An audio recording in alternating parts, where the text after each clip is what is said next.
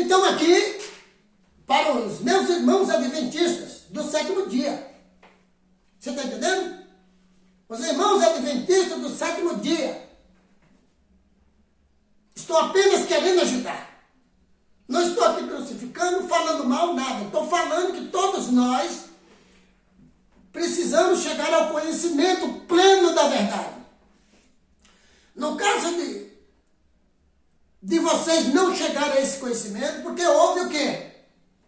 Houve aí, lá no Concílio de Nicéia, no ano 325, o primeiro imperador, chamado Constantino, ele alongou a fórmula batismal. Foi ou não foi? Como que ele alongou?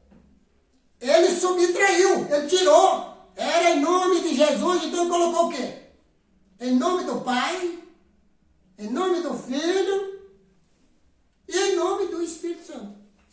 Aparentemente, nada de errado, todo mundo concordou. A igreja adventista do sétimo dia resistiu por um bom tempo. Foi ou não foi?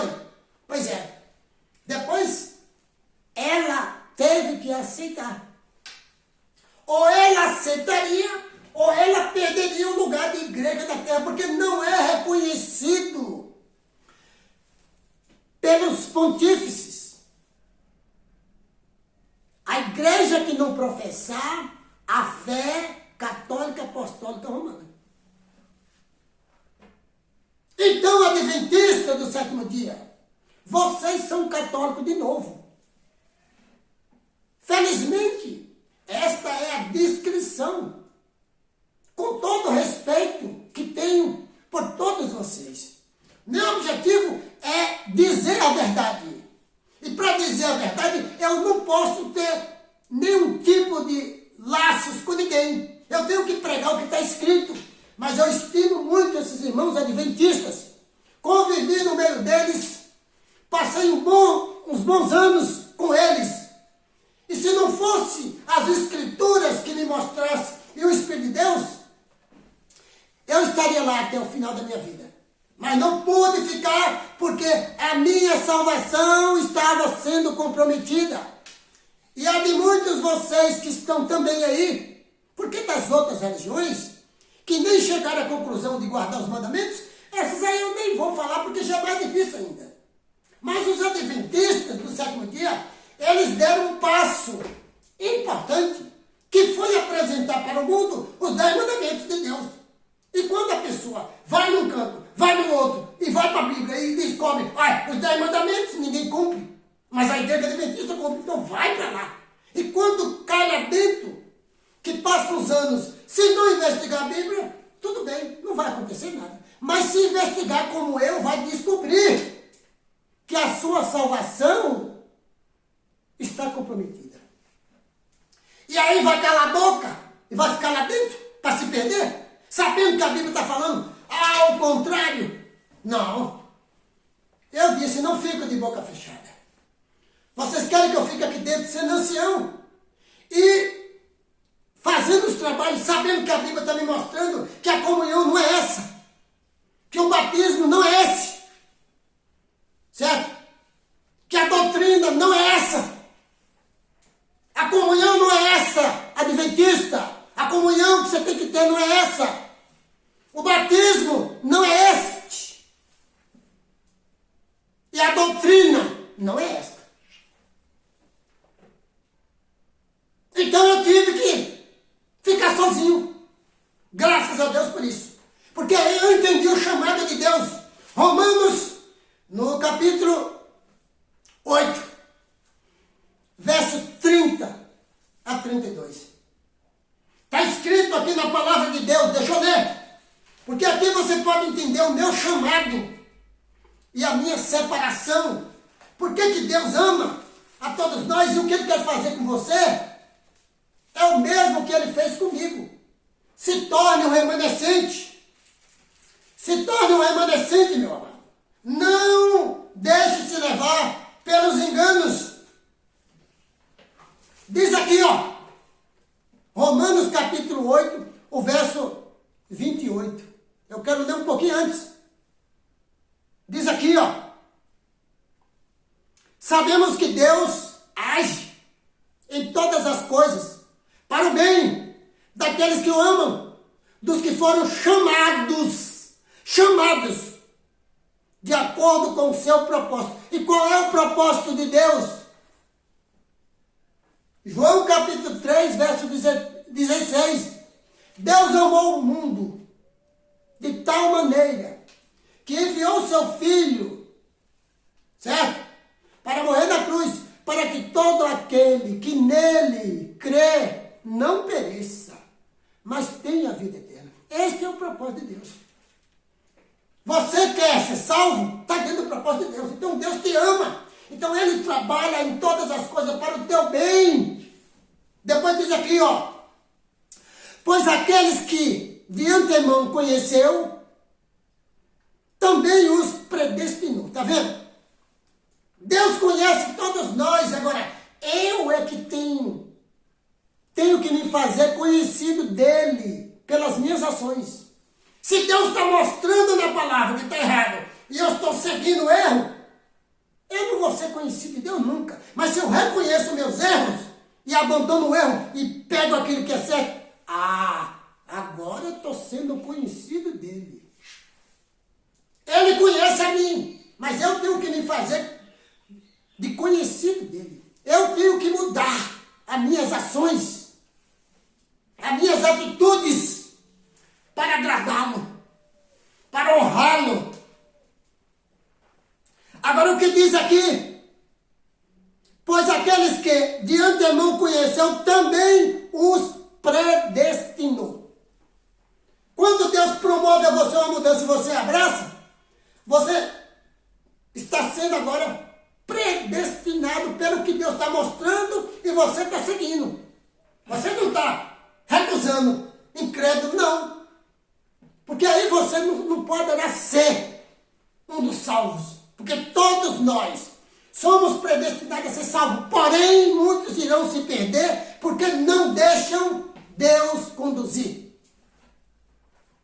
Pois aqueles que o de antemão conheceu, também os predestinou para serem conforme a imagem de seu Filho.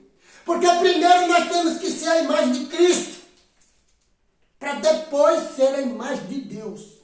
O homem foi criado à imagem de Deus. Está falando que entre Deus e nós há um agente pacificador, transformador, que era Jesus. Ele estava velado de maneira invisível. Mas ele foi gerado desde a fundação do mundo. Então, Jesus está entre Deus e o homem, reconciliando o homem com Deus. Quando ele disse, haja luz, quem é que estava ali? Esse agente transformador. Era Cristo. O poder, a plenitude do Pai estava nele. Realizando o arquiteto de Deus, fazendo todas as obras da terra. Salmo capítulo 8, verso 22. Olha lá, confira. Melhor dizendo, Provérbios. Provérbios 8, 22, falando do arquiteto de Deus.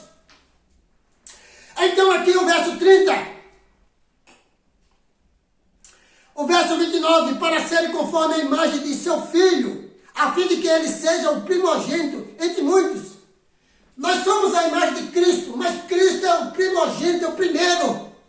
Porque Cristo é a imagem do Pai. Nós somos a imagem do Pai por meio de Cristo, porque somos a imagem de Cristo. E por meio de Cristo somos a imagem do Pai. Agora, quando você tira isso fora, o homem é a imagem de Deus. Aí já coloca Jesus Cristo como Deus eterno, na doutrina e no batismo da terra. Aí complica, meu irmão. Aí complica. Olha o que diz mais, o verso 30. Romanos capítulo 8, verso 30. E aos que predestinou, também chamou. Está vendo? Eu estava lá no mundo, veio para dentro da religião. Agora ficou um bocado de tempo dentro da religião, agora sai da religião, vem para cá. Olha ele me separando, olha ele me chamando. Ele me chamou para dentro. Depois daí agora, ele me chama de dentro para fora e me separa. Como remanescente, olha aqui, ó. E ao que predestinou, chamou. E ao que chamou, os que chamou também justificou. Justificou quando? Pelo sangue de Jesus. Mas ser justificado se você recusa o batismo em nome dele. Atos 2:38. Não tem como. Não tem como ser justificado, porque quem morreu na cruz, naquele sacrifício, foi Jesus. E a Bíblia diz assim, ó, Atos 2:38, arrependam-se e sejam batizados para o perdão dos seus pecados e recebereis o dom do Espírito Santo. Mas eu digo, não, ser batizado em nome de Jesus, não. Então você não vai poder ser justificado. Porque esse outro batismo que está aí, aonde que ele justifica? Me mostra. Me mostra as credenciais de que você foi justificado por um batismo em 3 títulos. Então, meus amados, eu preciso mostrar, gritar, falar essa verdade na terra. Porque ninguém fala. Todo mundo de comum acordo. E isso a Bíblia está mostrando que não está certo. A Bíblia está mostrando outra coisa. Quando você é batizado em nome de Jesus, você vai ver Gálatas 3:27 confirmando. Gálatas capítulo 3, verso 26 e 27, confirmando. Você vai ver Romanos capítulo 6, verso 3 e verso 4, confirmando. Você vai ver Colossenses capítulo 2, verso 12, confirmando. E você vai ver o apóstolo Paulo, que foi batizado em Atos 16:22, em nome de Jesus. Você vai ver Lídia, que foi batizada por Paulo, em nome de Jesus. Você vai ver Filipe, em Atos 8, batizando Eunuco, um superintendente da rainha de Candace, em nome de Jesus. E você vai ver em Atos 19, 12 homens sendo batizados por Paulo, em nome de Jesus. E você vai ver a Bíblia toda mostrando. E ninguém fala. E ninguém fala. Então, meus amados irmãos adventistas do 7º dia, abra o olho, se prepare, investigue a Bíblia, tire os óculos de dentro da religião, investigue por você mesmo. Porque dentro da religião você vai seguir o gabarito do sistema. Você não vai conseguir olhar em outra direção, você só olha aqui, ó. Ó, você só olha aqui, ó. Se tiver aqui, você não vê. Se tiver aqui, você não vê. Você só vê aqui, ó. Então você tem que... Eu falo por experiência, porque eu olhava assim, ó. Lendo a Bíblia todo dia, mas não via nada. O gabarito do sistema. Tá, meus amados? Aí quando você fica livre, liberto por Jesus, agora você olha, você vê tudo. Tá aqui a Bíblia. Quem é a besta? Qual é a marca da besta? Qual é a imagem da besta? Você tem a marca da besta? Você sabe o que é essa marca? Pois é. Por isso que eu digo que eu estou olhando e estou vendo tudo, eu sei o que é. Eu descobri na Bíblia, está aqui. Se você sabe, por que não falou ainda? Se você que é pastor sabe, por que não falou? Ah, entendi. Entendi. Por causa do grampo lá, que você foi grampeado na doutrina, não pode falar. Claro. Fala mal, vai fechar as portas da igreja, não vai recolher o dízimo. Cuidado que você também não será salvo. Porque se você está escondendo isso do povo comum, humilde, o irmãozinho comum, que quer ser salvo, ele vai se perder por... E quem sabe? Porque não tem como dizer que vai ser salvo, porque todo mundo está tendo a oportunidade de investigar. Mesmo que está lá dentro, mas se não investigar vai perecer. E Deus não vai passar a mão pela cabeça de ninguém.